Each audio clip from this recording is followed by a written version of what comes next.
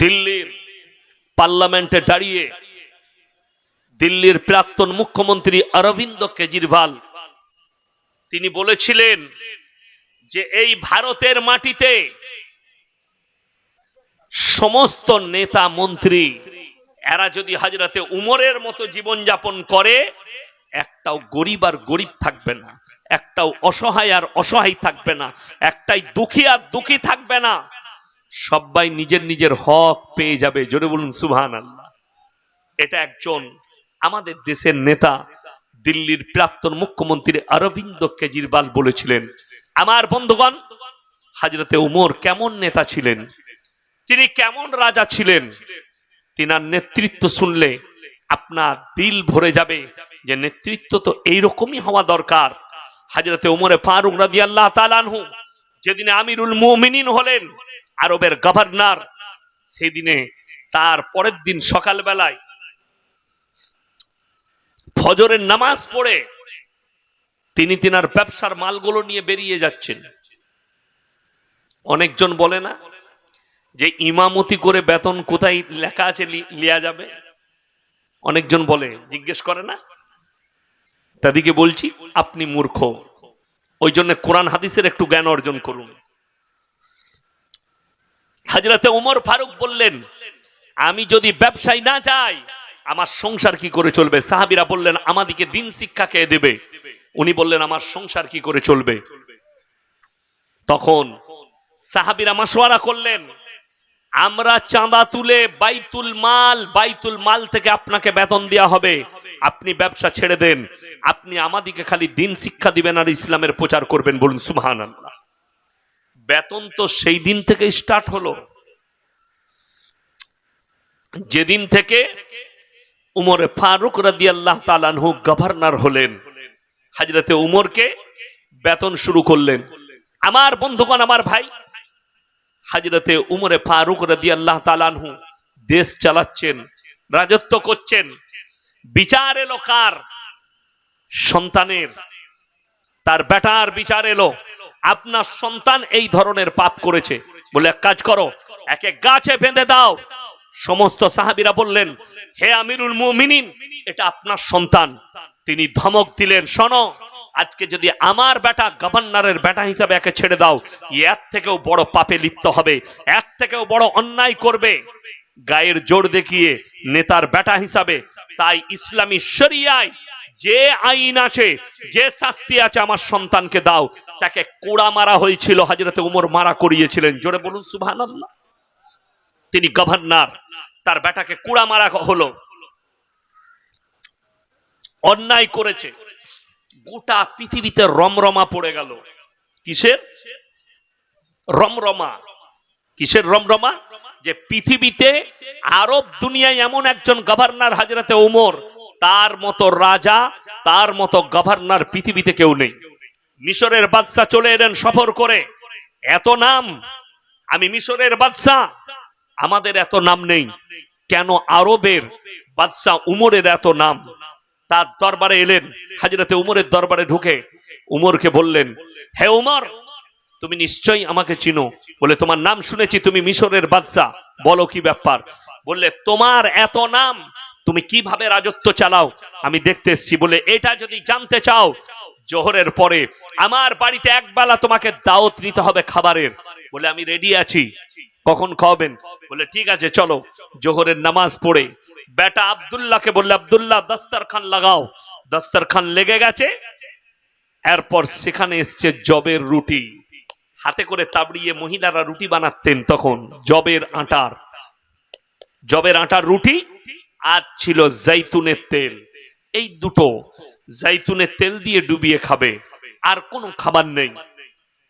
মিশরের বাদশা বললেন, হে উমর, তুমি এত বড় আরব দুনিয়ার গভর্নর, তোমার দস্তরখানে এমন খাবার কেন? হযরতে উমর বললেন, তুমি কি খাও? তোমার দস্তরখানে কি থাকে? বলে, আমার দস্তরখানে দুম্বার মাংস, উটের মাংস পাবে, বকরির মাংস পাবে, আখরোট, মুনাক্কা, কাজু, কিশমিশ, পেস্তা, বাদাম পাবে। বললে, তুমি যে খাবার খাও তোমার প্রজারাও কি সেটা খায়? বলে, আমি তো সে খোঁজ রাখি না। হযরতে উমর বললেন, আমি ফজরের নামাজ পড়ে আমার সৈন্যদিকে বলি, তোমরা যাও প্রত্যেকটা বাড়িতে খোঁজ নাও, আমার যে শহরটা আছে এই শহরে বেশিরভাগ মানুষের বাড়িতে জাইতুনের তেল আর রুটি, আর কোনো খাবার নেই। আমার প্রজারা জাইতুনের তেল আর রুটি খাবে। আমি উমর যদি ভালো মন্দ খাই, কিয়ামতের দিনে আমি আল্লাহকে কেমন করে জবাব দেবো? জোরে বলুন সুবহানাল্লাহ। আমার প্রজারা আজকে জাইতুনের তেল আর রুটি খাচ্ছে, আমি তাই খাচ্ছি। আমি প্রত্যেক দিন খোঁজ নিই আমার প্রজারা কি খাচ্ছে। রাসূল আকরাম সাল্লাল্লাহু আলাইহি সাল্লামের হাদিস, যারা বড় লোক আছেন হাদিসটা শুনে যান। তোমার বাড়ির দেওয়ালকে এতটা উঁচু করো না যে তোমার পাশের গরিবের গরিবিটা না দেখতে পাও। আপনার জন্য উচিত, রাতের বেলা আপনি খানা খেতে বসেছেন, আপনার বিবিকে বলতে হবে, সন্তানকে, হ্যাঁ রে পাশে ওদের বাড়িতে আজকে রান্না হয়েছে, দেখ বাচ্চা বাচ্চা ছেলে আছে, রান্না হয়েছে, নাহলে এক কাজ করো 20টা রুটি দিয়ে এসো, 10টা রুটি আর একটু তরকারি দিয়ে এসো। এইটা হচ্ছে মুমিনদের আখলাক। আমার আব্বাজিকে চিনেন আপনারা? মোল্লা শওকত আলী মাজাহিরিকে, ওনারও জলসা আছে মোবাইলে। উনি আমাকে একদিন বলছিলেন মাদ্রাসায় মাদিকে, যে আমি যখন এই গ্রামের ইমাম ছিলাম, আমার এমনও মুক্তাদি ছিল, এমনও ইমানদার মুক্তাদি ছিল, ফজরের নামাজ পড়ে মালদার মুক্তাদি সকল গরিবের চুলায় পা ভরে দেখতো নামাজের পরে। তখন দেখবেন খড়ে রান্না হতো, খড় জানেন তো আপনারা, ধান কাটা খড়ে রান্না, তো পা ভরে দেখতো। যার চুলাতে আগুন থাকতো বুঝতে পারতো এর বাড়িতে আজকে রান্না হয়েছে, যার চুলায় আগুন থাকতো না বুঝতে পারতো এর বাড়িতে রাত্রে রান্না হয়নি। বাজার ঘাট করে তার দরজায় নামিয়ে দিয়ে চলে যেত। বলুন না সুবহানাল্লাহ। এইটাই তো মুমিনদের আখলাক, রসুলের আখলাক। আর এখন গরিবের ঘরে খাবার নামানো তো দূরের কথা, দুটো বেগুন রাখা থাকলে ওগুলো ঘুরিয়ে নিয়ে পালিয়ে যাবে। ঠিক বললাম না ভুল বললাম? ফাঁক পেলি ও বেগুনও পালাবে। কষ্টের বিষয়। আমার বন্ধুগণ, আমার ভাই না, চলুন সবাই হকের উপরে টিকবো। জোরে বলুন ইনশাআল্লাহ। আল্লাহর কসম করে বলছি, হকের জিত আছে, না হকের কি আছে? জিত আছে, জিত নেই। কেন বলে দিই হকের জিত? দেখুন, আমি জলসা করছি, আপনারা মোবাইলে দেখেছেন, মুর্শিদাবাদ জেলায় এক জায়গায় আমার সঙ্গে চরম বিবাদ হয়েছে দোকান বসানো নিয়ে, মেলা বসানো নিয়ে। মোবাইলে দেখেছেন? তার দেখেনি। আমি অনেক খারাপ ভাষাও ইউজ করেছি, সেখানে অনেকজন খারাপ মন্তব্যও করেছে। যাই হোক, ভাষাগত দিক আমার ভুল ছিল, কিন্তু আমার প্রতিবাদ ঠিক ছিল। হক, এই হক প্রতিবাদ করার কারণে জানেন, কালকে আমি নদিয়ার যেখানে জলসায় ছিলাম, তারা এটা মোবাইলে দেখার পরে সঙ্গে সঙ্গে অ্যানাউন্স করেছে পুরো এলাকায় আমাদের জলসায় একটাও দোকান বসানো যাবে না। আমি গেলাম কালকে, বলে হুজুর আপনি প্রতিবাদ করেছেন, ওটা দেখে আমরা ভয়ে আর দোকান বসাইনি। আমি বললাম আল্লাহকে ভয় করো, আমাকে নয়। তাহলে কি বোঝা গেল? আমি হকের ওপরে টিকে আছি বলে হকের জিত হয়েছে না হয়নি? আমাকে যারাই দাওয়াত দিবে তারাই মনে মনে ভাববে, ইয়াসিন সাহেবকে দাওয়াত দিতে গেলে ভাবতে হবে, তারা মাশওয়ারাও করবে, এদিকে রাখো, তারা মাশওয়ারাও করবে যে ইয়াসিন সাহেবকে দাওয়াত দিলে দোকান বসানো যাবে না। আপনারা ভাববেন না, কমিটির ছেলেদিকে বলছি, এই কটা মানুষ ইয়াসিন সাহেবের জলসা শুনছে, দরকার নেই 50টা মানুষ জলসা শুনবে। আর আমি ইয়াসিন আল্লাহর কসম খেয়ে বলছি, যদি 5টা লোক জলসা শুনে, আমি 5000 লোকের সামনে যে বয়ান করি, 5টা লোক থাকলেও সেই কথাগুলোই আমি আলোচনা করি। কেন? একটা লোক যদি পরিবর্তন হয়, একটা লোক যদি হিদায়াত পায়, তো আমি আল্লাহর কাছে কিয়ামতের দিনে এর সাদকাটা পাবো, এর বদলা পাবো। তাই আমি কোন জায়গায় এটা ভাবি না যে 10টা লোক আছে আমি আর কথা বলবো না, 5টা লোক আছে আমি গল্প করে কাটিয়ে দেবো। আপনাদের কি মনে হচ্ছে আমি গল্প করছি? না, আমি খুব সেন্সিটিভ আলোচনা করছি। যদি আপনি ব্রেনে ধরতে পারেন, বিবেকে ধরতে পারেন, শুনে রেখে দেন, হকের জিত আছে, না হকের জিত নেই।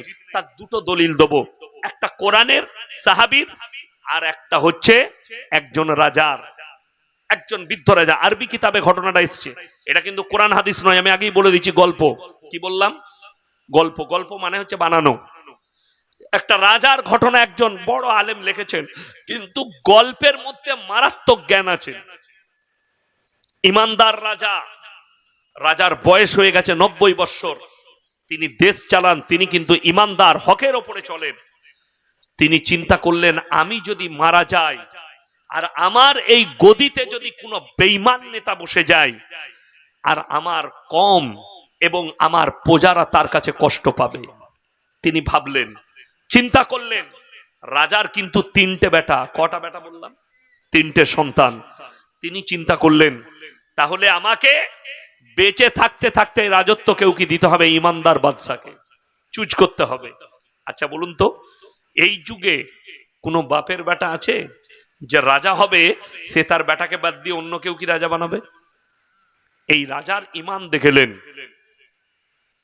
তিনি এলান করলেন গোটা শহরে, দেশেতে এলান করে দিলেন, হে আমার প্রজারা এলান করো, আমি বাদশাহ এলান করছি, তোমাদের মধ্যে থেকে আমি একজন ইমানদার বাদশাহ নিযুক্ত করব। যতগুলো আমার দেশের 25 থেকে 30 বছরের যুবক আছো, সবাই অমুক তারিখে আমার রাজ দরবারে হাজিরি দাও। সমস্ত 25 থেকে 30 বছরের যুবক রাজার দরবারে হাজির। এরপরে রাজা বললে, শোনো, তোমাদের কাছে একটা পরীক্ষা নেব। পরীক্ষাটা হবে 1 বৎসর যাবত। কতদিন?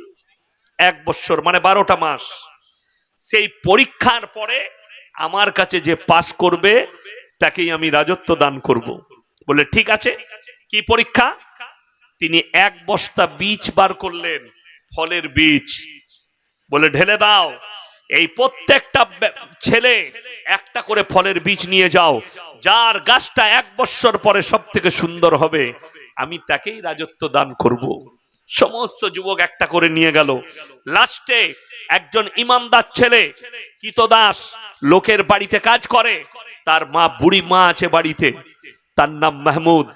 সে লাস্টের বীজটা কুড়িয়ে নিয়ে গেল, একটাই বীজ। মাকে গিয়ে বললে, মা, রাজা এলান করেছে 1 বৎসর পরে যার গাছটা সুন্দর হবে তাকে আল্লাহ রাজা তাকে রাজত্ব দান করবেন, কুরসিটা দিবেন। আমি চাই এই রাজত্ব যেন আমি পাই। কিভাবে গাছ লাগাবো? মা বলে দিল, বাপ, একটা পাত্র নাও, সেই পাত্রে মাটি দাও, বীজটা রোপণ করো। পানি দিতে লাগলো। বীজ রোপণ করার পরে 3 মাস হয়ে গেল। সমস্ত রাজ্যের যুবকদের, এমনকি রাজার 3টে সন্তান, তাদেরও গাছ বেরিয়ে গেছে। সমস্ত ছেলের টবেতে গাছ বেরিয়েছে, কিন্তু মাহমুদের টবেতে কোনো গাছ বের হয়নি। মাহমুদ আল্লাহর কাছে নামাজের পাটিতে কানলেন, ওগো আল্লাহ, আমি হকের ওপরে টিকে আছি, আমি হকের পথে চলি, আমি ইমানদার, আমার টবেতে কেন গাছ বের হয়নি? 6 মাস কেটে গেল, 9 মাস, এমনকি 12টা মাস কেটে গেছে, কিন্তু মাহমুদের টবেতে কোনো গাছ বের হয়নি। মাহমুদ পানি দিয়ে যায়। এরপরে বাদশাহ এলান করলেন, হে আমার রাজ্যের যুবকেরা শোনো, অমুক তারিখে তোমরা সবাই নিজের নিজের গাছ নিয়ে আমার রাজ দরবারে হাজিরি দাও। সবাই ওই তারিখে আসবে। মাহমুদ ফজরের নামাজ পড়ে বাড়িতে গিয়ে মন মারা হয়ে বসে আছে। মা বললেন, বাবা কি হয়েছে? মা, আজকে তো বাদশা ডেকেছে, গাছ নিয়ে 1 বৎসর হয়ে গেছে, আমার টবেতে গাছ নেই, আমি কি নিয়ে যাব? মা বললে, বাবা মাহমুদ, তুমি হকের উপরে টিকে আছো, তুমি এই খালি টবটা নিয়ে চলে যাও। মা, আমাকে পাগল বলবে লোকে। বললে, আমি মা হুকুম দিচ্ছি, তুমি নিয়ে যাও। সে মায়ের হুকুম পালন করলো। খালি পাত্রটা, খালি মাটি আছে আর কিছু নেই, সেটা নিয়ে একবারই গিয়ে দাঁড়িয়েছে পেছনে। বাদশাহ এলেন, সিংহাসনে বসলেন, সমস্ত গাছগুলো পরিদর্শন করলেন, সবারই গাছ ঠিক আছে, দেখে নিলেন। এরপরে বললেন, হে আমার রাজ্যের যুবকেরা শোনো, তোমাদের মধ্যে আমি পেছনে একজনকে দেখতে পাচ্ছি যার টবে কোনো গাছ নেই। তোমার নাম কি? বললে, হুজুর আমার নাম মাহমুদ। বললে, তুমি তোমার ওই খালি টব নিয়ে আমার কাছে চলে এসো। ভয়ে ভয়ে, রাজা আমাকে মারবে না কেটে দেবে, ভয়ে ভয়ে টবটা নিয়ে এসে নামিয়েছে। এসে বলছে, রাজা, আল্লাহর কসম, আমি একজন ইমানদার ছেলে, আমি বীজ রোপণ করেছি, পানি দিয়েছি, জানি না কেন গাছ বের হয়নি। রাজা মুচকিয়ে হাসলেন আর বললেন, মাহমুদ, তুমি ভয় খাচ্ছ, ভয় খেও না, আল্লাহকে ভয় করো। এরপরে সমস্ত যুবকরা হাসছে, কাকে দেখে? মাহমুদকে দেখে, এটা পাগল, এর কোনো গাছ নেই, চলে এসছে।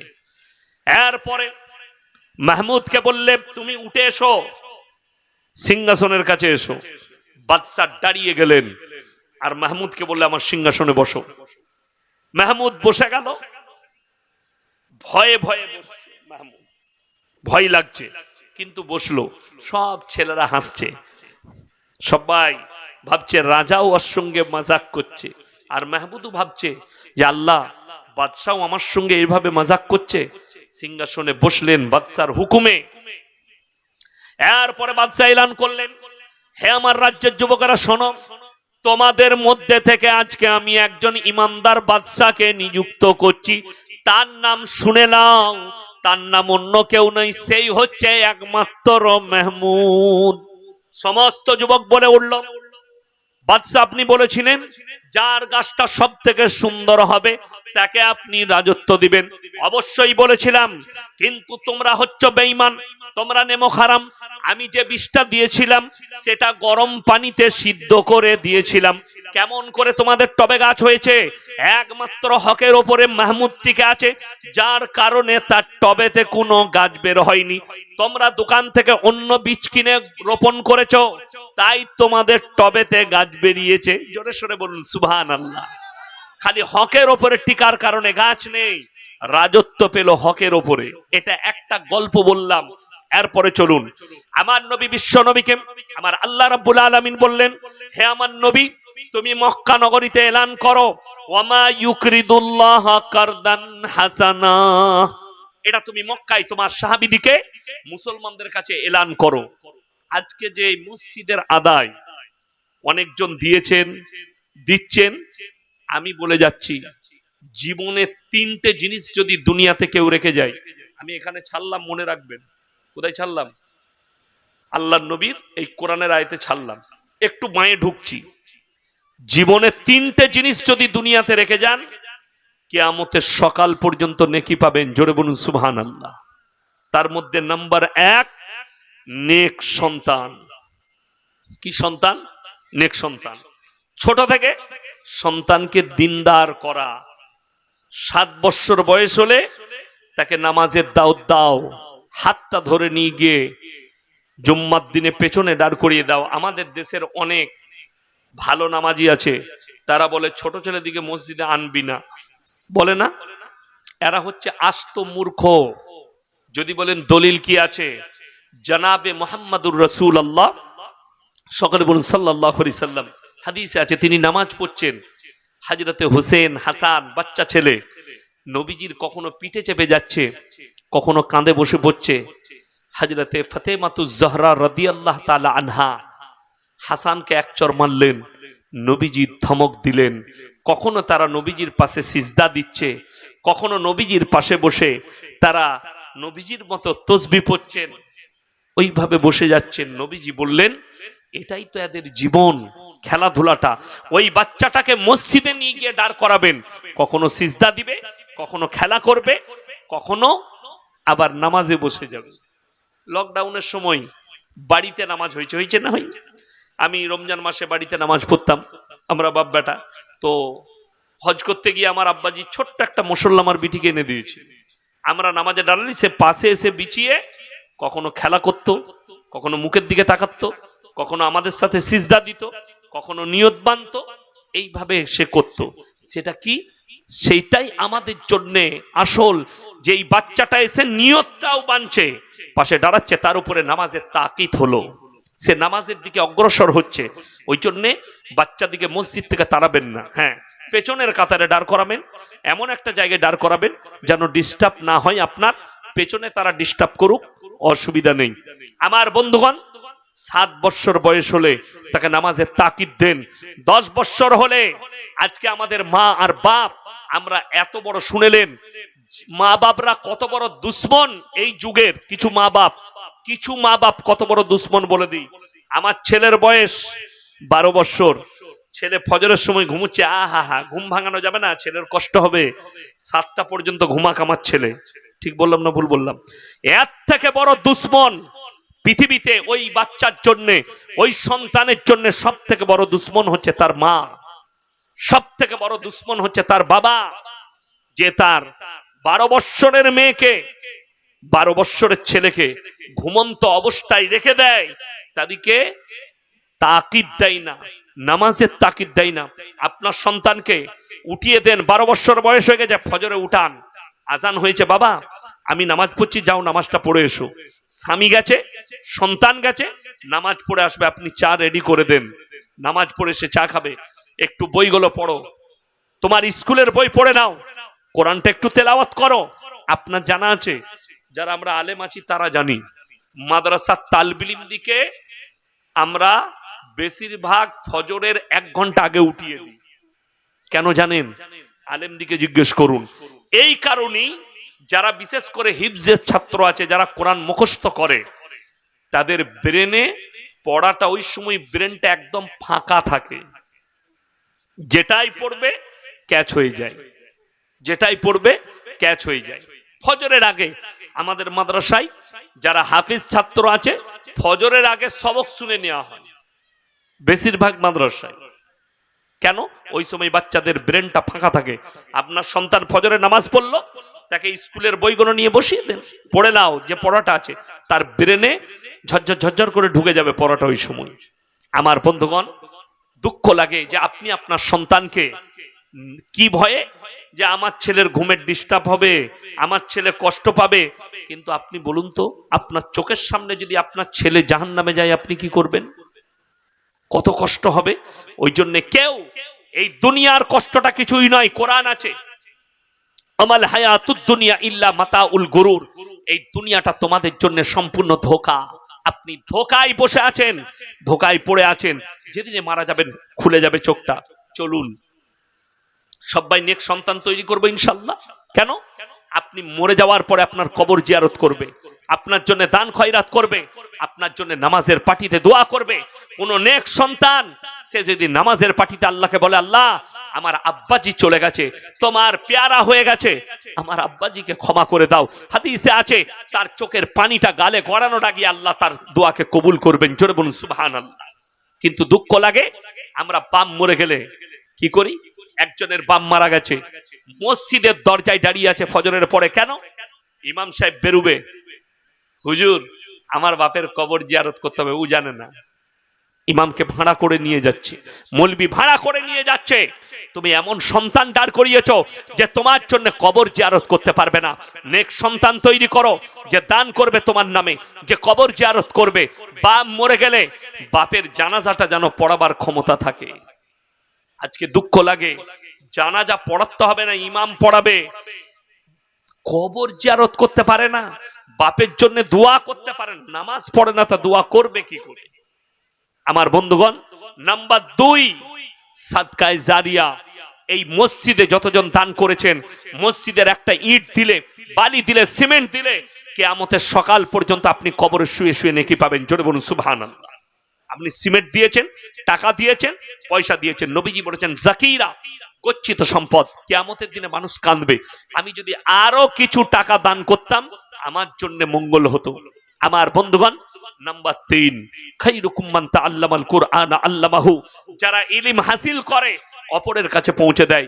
আজকে আমি বলে গেলাম 5 ওয়াক্তের নামাজ ফরজ, বাবা নামাজ ছাড়ো না, আপনি এই কথাটা আপনার বন্ধুকে পৌঁছে দেন, আপনার পরিবারকে পৌঁছে দেন, আপনার রাস্তাঘাটে বন্ধুর সঙ্গে দেখা হলে পৌঁছে দেন, আপনিও সাদকার নেকি পাবেন, আমি ইয়াসিনও পাবো।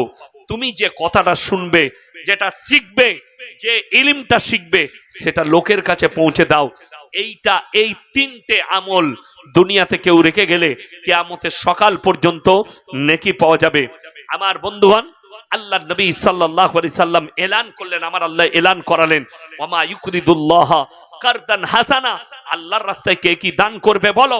মক্কার বেঈমান আর কাফেররা তখন অলিতে গলিতে বলতে লাগলো, তোমরা শুনেছো শুনেছো, মুসলমানদের আল্লাহ ফকির হয়ে গেছে, বলুন নাউজুবিল্লাহ। এই ভাষা হযরত আবু বকর সিদ্দিক রাদিয়াল্লাহু তাআলা আনহু মক্কার এক গলি দিয়ে পেরিয়ে যাচ্ছেন, 2 জন কাফের বসে আছে বেঈমান, তারা বলা বলি করছে, এই আমরা অনেকজনকে দেখে মাজাক করি না, এই কথা বলেন।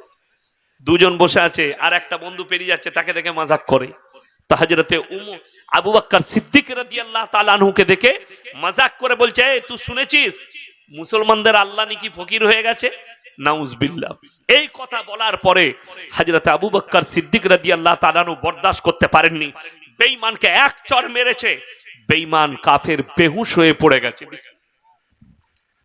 খাওয়া দাওয়া করে যাবেন, আর কিছুক্ষণ বাদ দিয়ে দোয়া হবে ইনশাআল্লাহ। ভাই যাবেন না, কেউ চলে যাবেন না। আমি আপনাদের কাছে আর 15 মিনিট সময় নিচ্ছি, তারপরে খানা খেয়ে আপনারা যাবেন দোয়াটা নিয়ে। 15 মিনিট আমাকে আলোচনা করতে দিন আমার বন্ধুগণ, আমার ভাই। তো হযরত আবু বকর সিদ্দিক রাদিয়াল্লাহু তাআলা এক চর মারলেন, বেঈমান বেহুশ হয়ে পড়ে গেল। ওখান থেকে চলে গেলেন হযরত আবু বকর। বেঈমানের যখন হুঁশ ফিরেছে, সেই দুই বন্ধু মিলে একবারই নবীজি সাল্লাল্লাহু আলাইহি সাল্লামের দরবারে হাজির। আল্লাহ নবী বললেন, কে তোমরা? বললে, আমরা দুজন এই জন্য এসেছি, আপনার একজন সাহাবী, অন্তরের সাহাবী আবু বকরের নামে অভিযোগ আছে। কি অভিযোগ? আমাকে আপনার আবু বকর বিনা কারণে এক চর মেরেছে। নবীজি বললেন, আমার আবু বকর কখনো তোমাকে চর মারতে পারে না। সঙ্গে সঙ্গে উক্তকালী আবু বকর হাজির। আল্লাহ নবী বললেন, হে আবু বকর, তুমি কি এই বেঈমানকে চর মেরেছো? ইয়া রাসূলুল্লাহ, অবশ্যই মেরেছি। আল্লাহর শানে এমন কথা বলেছে, আমি বরদাস্ত করতে পারিনি।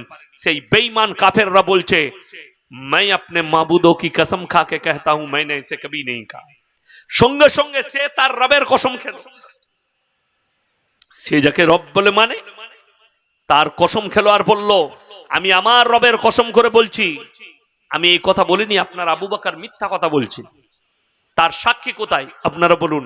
হযরতে আবু বকরের নাম সিদ্দিককে দিয়েছিলেন নবীজি। সিদ্দিক মানে হচ্ছে সত্যবাদী।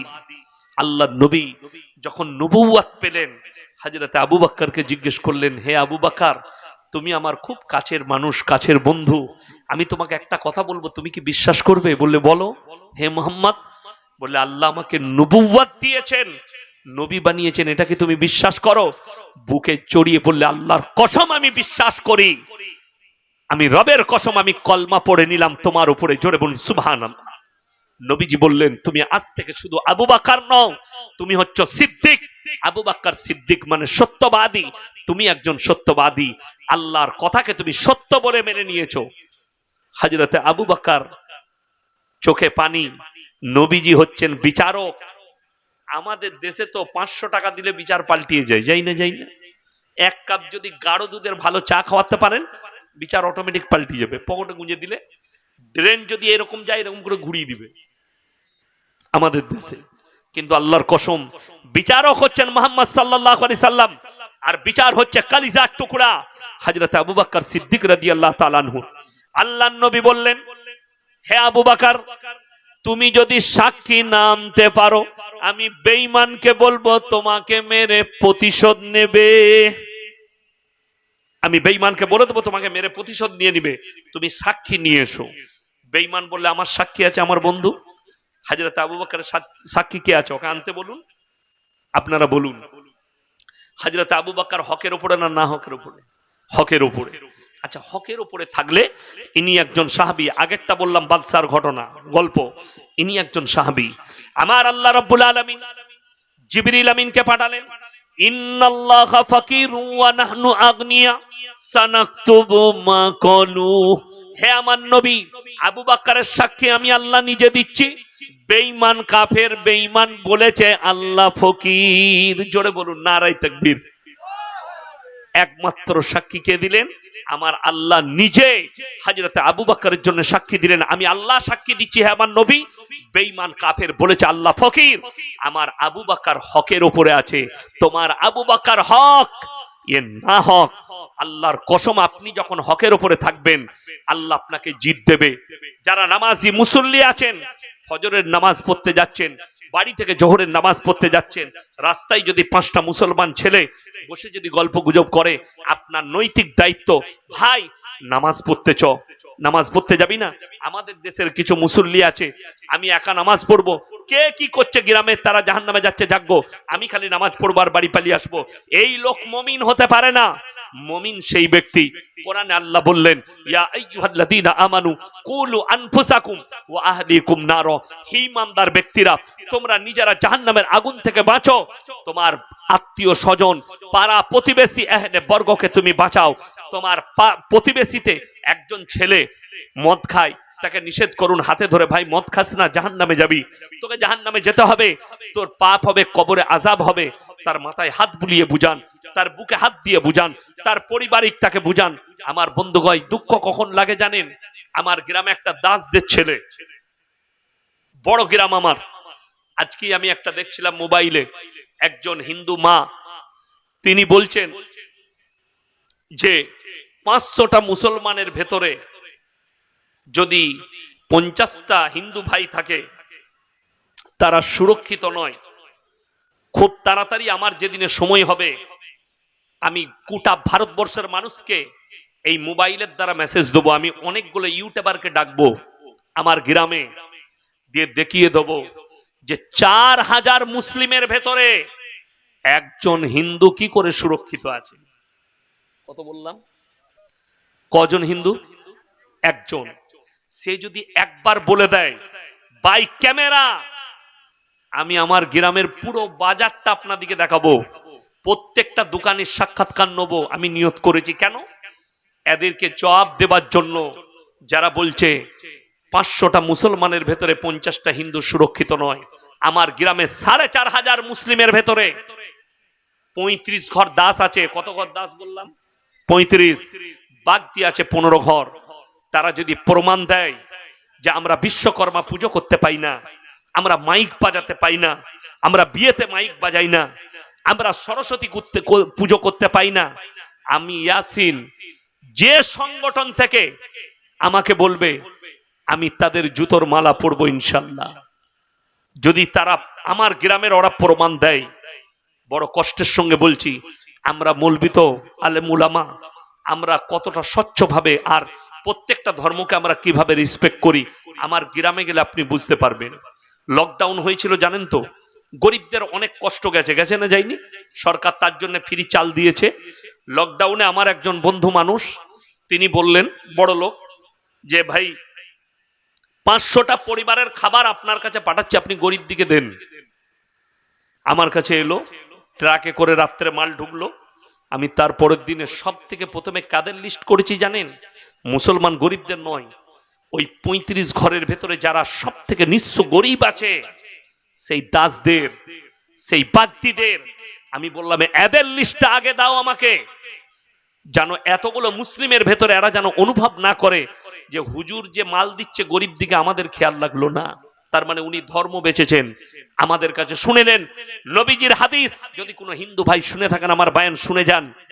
নবীজি সাল্লাল্লাহু আলাইহি সাল্লাম বলেছেন, তুমি দেখো না তোমার বাড়ির পাশে কে বসবাস করছে, সে হিন্দু হোক, সে দাস হোক, সে দলিত হোক, আদিবাসী হোক, ক্ষুধার্ত হলে খাবার দাও, বস্ত্রহীন হলে বস্ত্র দাও, বিপদে পড়লে পাশে দাঁড়াও। এটাই হচ্ছে নবীজি সাল্লাল্লাহু আলাইহি সাল্লামের আদর্শ।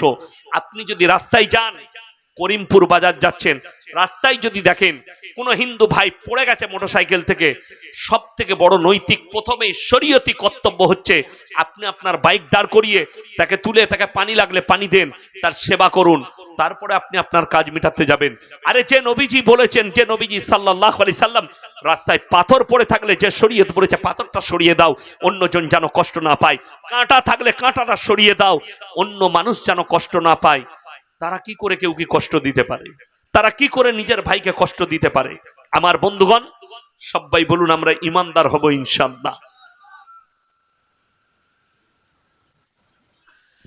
বাংলাদেশের প্রধানমন্ত্রী শেখ হাসিনার ফাঁসির রায় দিয়েছে বাংলাদেশ আদালত, এই বিষয়ে আপনি কিছু বলুন। যা পারবে করে নেবে। কিছু মানুষ বাংলাদেশে বর্তমানে প্রধান উপদেষ্টা আন্দোলন করছে এবং ফাঁসি চাইছে, আপনি কি বলবেন? বাংলাদেশ নিয়ে আমি কিছুই জানি না, আমার অত এখন সময় নাই খোঁজ নিবার। যে যা পাচ্ছে করুক। তবে বলে দিই, জেনে রেখে দিবেন, যারা জালিম হবে, মজলুমের দোয়াকে আল্লাহর সঙ্গে সঙ্গে কবুল করে নেয়। যারা নিজেদের প্রজাদের ওপরে জুলুম করছে তাদের শেষ পরিণতি সকলের পৃথিবীতে খারাপ হয়েছে। এটা ইতিহাস, আজকের কথা শুধু নয়, ইতিহাস বলছি। আমাদের ওপরও যারা অত্যাচার করছে আল্লাহর বিচার যেদিন আসবে, শ্রীলঙ্কার অবস্থা দেখেছিলেন, আন্ডার প্যান্ট পরে ছুটছিল। নেপালের অবস্থা দেখেছেন, পাছাই বাড়ি পানিতে নেমে, ওই রকম সবারই হবে যারাই তার প্রজার উপরে অত্যাচার করেছে। ফেরাউনের শেষ পরিণতি কি ছিল, নমরুদের শেষ পরিণতি কি ছিল, এরকম পৃথিবীর ইতিহাস খুলে দেখলেন না?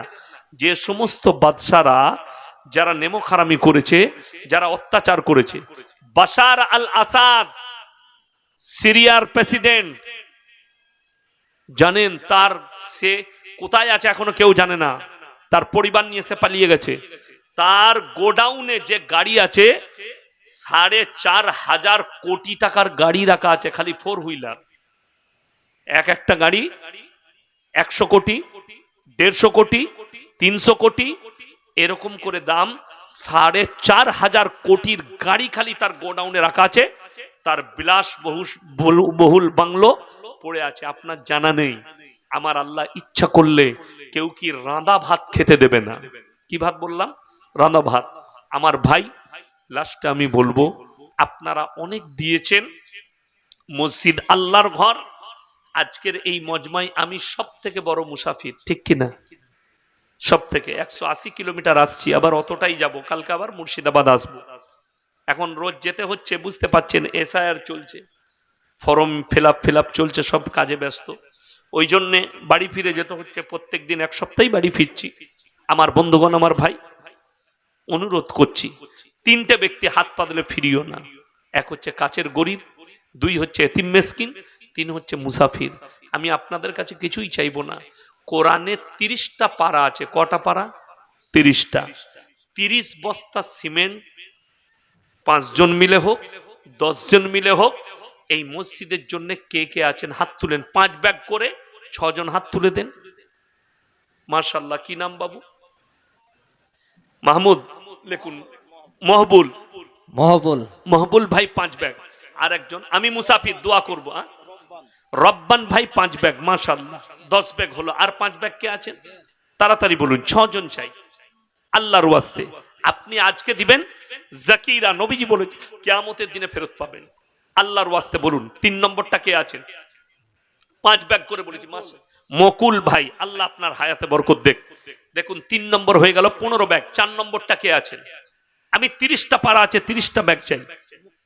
মকসেদ ভাই 5 বস্তা। মাশাআল্লাহ, 20 হয়ে গেল। 5 নম্বরটা কে আছেন? 5 নম্বর, এই 5 নম্বরটা কে আছেন? তাড়াতাড়ি বলুন। 5 নম্বর আল্লাহর বান্দা, মাত্র 5 ব্যাগ করে চেয়েছি ভাই, কেউ নেই? 5 নম্বরটা আর 2 জন হলেই হয়ে যাবে ইনশাআল্লাহ, 5 ব্যাগ করে। আরে কত দাম?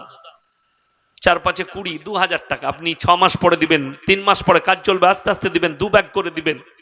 আমার ভাই, 5 নম্বরটা কে আছে? 5 নম্বর আল্লাহর বান্দা কে আছে? আমার ভাই একটু তাড়াতাড়ি বলি। 5 নম্বর বান্দাটা কে আছেন? একটু আল্লাহর ওয়াস্তে। মাশাআল্লাহ, এই নামটা লিখুন তো। এই যে কি নাম? প্যান্ডেলম্যান আল্লাহু জামাল। আকবার। মাশাআল্লাহ, জামাল সাহেব, জামাল। আল্লাহ আপনার ব্যবসায় বরকত দেখ, রুজি রোজগারে বরকত দেখ। ভাই 5 নম্বর হয়ে গেল। 6 নম্বর, শেষ ভালো তার, সব ভালো তার। 6 নম্বরটা দেলোয়ার শেহারুল। তাইলে তো 35টা হয়ে গেল। দেলোয়ার শেখ। আর এই একটা জিয়ারুল। তাইলে 35টা হয়ে গেল। তাইলে আর 5টা দিয়ে 40টা করে দেন বাপ। আপনি 5 ব্যাগ। মাশাআল্লাহ, 40 ব্যাগ হয়ে গেল। কি? এই দেখেন, ওই দেখেন, মজলিসপুর। কি নাম? এসাদুল শেখ 5 বস্তা। মাশাআল্লাহ, 45 হয়ে গেল। তাইলে আমার বাপ আর 5 ব্যাগ কে আছেন? বনিয়ামিন শেখ 5 বস্তা। মাশাআল্লাহ, 50 ব্যাগ হয়ে গেল। আর কে আছেন? কি নাম? ভাই 50 হয়েছে। আর কে আছেন ভাই? মাত্র 5 ব্যাগ করে বলেছি, তাড়াতাড়ি বলুন। চট জলদি বলুন, তাড়াতাড়ি। 50 হয়ে গেছে, আমি বলবো আর 10টা দিয়ে 60টা করে দেন আল্লাহর ওয়াস্তে। দোকানদার রবিউল শেখ 5 ব্যাগ, মাশাআল্লাহ 55 হয়ে গেল। আর 5 ব্যাগ দিলেই 60টা হয়ে যাবে। আর 5টা কেউ নেই কোন আল্লাহর বান্দা? আর 5 ব্যাগ কেউ আছেন এখানে? আর 5 ব্যাগ ইনশাল্লাহ দেখি, আমি দোয়া করবো এরপর। এই 5টা দিলেই দোয়া করবো ইনশাল্লাহ। 5 ব্যাগ গজল আমার মারফত ভাই গজল শোনাইছে না অনেক, আমি একটা শোনাবো, যা হবে একটা সুন্দর গজল শোনাবো। মাশাআল্লাহ মাশাআল্লাহ, শুনান। এই 5 ব্যাগ দিয়ে দেন একজন ইনশাল্লাহ দেখি। কি না? রাকু। রাকু 5 বস্তা সিমেন্ট। 5 বস্তা, মাশাআল্লাহ 60টা হয়ে গেল। রাকু রাকু রাকু কামাল শেখ 5 বস্তা, 65 হয়ে গেল। তাহলে আর 5 লাগবে বা, আমি খিঁচ ভালোবাসি না। আর 5টা দিয়ে দেন, দিয়ে 70টা করে দেন। আর 5টা কে আছেন ইনশাল্লাহ দেখি। গজল শোনার ইচ্ছা থাকলে ইনশাল্লাহ দিয়ে